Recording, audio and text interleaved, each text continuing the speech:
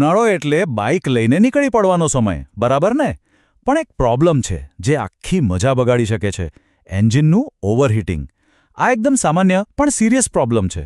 તો ચાલો આજે આ જ વિષય પર વાત કરીએ અને જાણીએ કે આનાથી બચવું કઈ રીતે. ગરમીનો પારો 40 ડિગ્રી પાર કરે ને એટલે બાઇકનું એન્જિન પણ ગરમ થવા માંડે છે. સાચું ને? લગભગ દરેક રાઇડરને અનુભવ થયો જ હશે. ખાસ કરીને જ્યારે આપણે શહેરના ટ્રાફિકમાં ફસાયા હોઈએ અથવા કોઈ લાંબી રાઇડ પર નીકળ્યા હોઈએ ત્યારે તો આ પ્રોબ્લેમ બહુ જ વધી જાય છે. અને જુઓ, જો આ એન્જિન ઓવરહીટિંગને આપણે નજરઅંદાજ કરીએ ને તો બાઇકનો પરફોર્મન્સ ઘટી જાય, માઇલેજ ઓછી મળે અને સૌથી ખરાબ, ખિસ્સા પર મોટો બોજ આવી શકે છે, એટલે કે એન્જિન રિપેર કરાવવાનો ખર્ચો. એટલે જ આ સમસ્યાને શરૂઆતમાં જ પકડી પાડવી અને એનો ઉકેલ લાવવો બહુ જ જરૂરી છે. તો આનો ઉપાય શું છે? ચાલો સૌથી પહેલાં અને સૌથી જરૂરી વસ્તુથી શરૂઆત કરીએ. એન્જિન ઓઇલ અને કૂલન્ટ. સમજી લો કે આ બંને વસ્તુઓ એન્જિન માટે જીવ સમાન છે, જે એને સ્મૂથ ચાલવામાં અને ઠંડુ રહેવામાં મદદ કરે છે. દ્યો, એન્જિન ઓઇલનું મેઇન કામ શું છે? એ એન્જિનના જે પાર્ટ્સ છે ને એની વચ્ચેનું ઘર્ષણ ઘટાડે છે. ઓછું ઘર્ષણ એટલે ઓછી ગરમી. સિમ્પલ. અને હા, ખાસ કરીને ઉનાળામાં કંપની જે ગ્રેડનું ઓઇલ વાપરવાનું કહે છે ને, બસ એ જ વાપરવું. એ બહુ જ અગત્યનું છે. એક નિયમ બનાવી લો. દર 2500થી 3000 કિલોમીટર પછી એન્જિન ઓઇલ ચેક કરાવી જ લેવાનું. કેમ કે ગરમીમાં છે ને ઓઇલ થોડું પાતળું થઈ જાય છે અને એના કારણે એન્જિનને ઠંડુ રાખવાની એની જે તાકાત છે ને એ ઓછી થઈ જાય છે. ઓકે, તો એન્જિન ઓઇલ સિવાય બીજી કઈ બાબતોનું ધ્યાન રાખવાનું? બીજી બહુ જ અગત્યની વસ્તુઓ છે. જો તમારી બાઇક લિક્વિડ કૂલ્ડ હોય તો કૂલન્ટનું લેવલ હંમેશા બરાબર રાખવું. અને બીજી વસ્તુ છે ચેઇન. દર 500-700 કિલોમીટર પર ચેઇનને બરાબર સાફ કરીને લુબ્રિકેટ કરવી જરૂરી છે.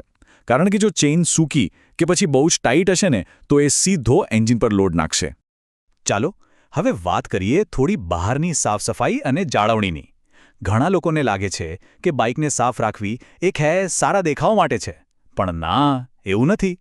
બાઇકને સ્વચ્છ રાખવાથી એન્જિનને ઠંડુ રાખવામાં પણ બહુ મોટી મદદ મળે છે.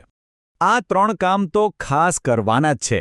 પહેલું, એન્જિનની જે ફિન્સ એટલે કે જે પટ્ટીઓ જેવું દેખાય છે ને એને એકદમ સાફ રાખો. એના પર ધૂળ માટી જામી જાય તો ગરમી બહાર નીકળી જ ન શકે. બીજું, એર ફિલ્ટર ચેક કરો. જો એ ગંદુ હશે તો એન્જિનને શ્વાસ લેવામાં તકલીફ પડશે, એટલે એ વધારે ગરમ થશે. અને ત્રીજું, સ્પાર્ક પ્લગ. એ બરાબર હશે તો જ કમ્બશન વ્યવસ્થિત થશે, નહીંતર એ પણ ગરમી વધારશે. ઓકે, તો આપણે મેન્ટેનન્સની તો વાત કરી. પણ ખબર છે, આપણી બાઇક ચલાવવાની જે રીત છે ને એની પણ એન્જિનની ગરમી પર સીધી અસર થાય છે. તો ચાલો કેટલીક સ્માર્ટ રાઇડિંગ હેબિટ્સ વિશે જાણીએ જે ખરેખર કામમાં આવશે. સૌથી પહેલી વાત, અગ્રેસિવ રાઇડિંગને ટાળો. વારંવાર રેસ આપવી, એકદમથી બ્રેક મારવી, આ બધું એન્જિન પર બહુ લોડ નાખે છે. હંમેશા સ્મૂથ થ્રોટલ રાખો અને બહુ હાઈ આરપીએમ પર બાઇક ન ચલાવો. અને હા, જો કોઈ ટ્રાફિક સિગ્નલ પર લાંબો સમય ઊભું રહેવાનું થાય ને તો એન્જિન બંધ કરી દેવું. એનાથી એન્જિનને થોડો આરામ મળશે. અને એક બીજી ટીપ, રાઇડ શરૂ કરતા પહેલાં 1-2 મિનિટ માટે બાઇકને ચાલુ રહેવા દો. એનાથી શું થશે કે ઓઇલ આખા એન્જિનમાં બરાબર ફરી વળશે. આ એક બહુ જ સિમ્પલ પણ કામની વાત છે. ક્યારે બાઇકને સીધા તડકામાં પાર્ક ન કરો. એનાથી ખાલી એન્જિન જ નહીં, પેટ્રોલની ટાંકી પણ ગરમ થઈ જાય છે અને પછી બાઇક સ્ટાર્ટ કરવામાં પ્રોબ્લેમ થઈ શકે છે. એટલે બને ત્યાં સુધી છાંયડામાં પાર્ક કરો અથવા પછી બાઇક કવરનો ઉપયોગ કરો. તો આ બધી નાની નાની વસ્તુઓનું ધ્યાન રાખવાથી શું થશે? ઉપાયો ભલે એકદમ સરળ લાગે પણ એના ફાયદા બહુ મોટા છે.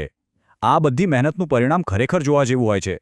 અને જે લોકો લાંબી રાઇડ પર જાય છે એમના માટે આ ટેપ ખાસ છે. જો લાંબુ અંતર કાપવાનું હોય ને તો વચ્ચે ક્યાંક 10-15 મિનિટનો બ્રેક જરૂર લેજો. આ બ્રેક ખાલી તમારા માટે નથી, એ બાઇકના એન્જિન માટે પણ છે.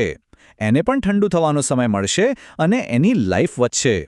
તો આ બધું કરવાનો ફાયદો શું? સીધી વાત છે. પહેલું, તમને મળશે એક હેલ્ધી એન્જિન જે લાંબા સમય સુધી સાથ આપશે. બીજું, તમારી રાઇડ સેફ બનશે કારણ કે ઓવરહીટિંગનું ટેન્શન નહીં રહે. અને ત્રીજું અને સૌથી અગત્યનું, તમારા પૈસા બચશે કારણ કે મોંઘા રિપેરિંગના ખર્ચામાંથી બચી જવાશે. તો ચાલો, આ બધી વાતો સાંભળ્યા પછી પોતાની બાઇકને આ ગરમીથી બચાવવા માટે સૌથી પહેલું કયું કામ કરશો? આના પર વિચાર જરૂર કરજો અને આજથી જ આ નાની નાની બાબતોનું ધ્યાન રાખવાનું શરૂ કરી દો.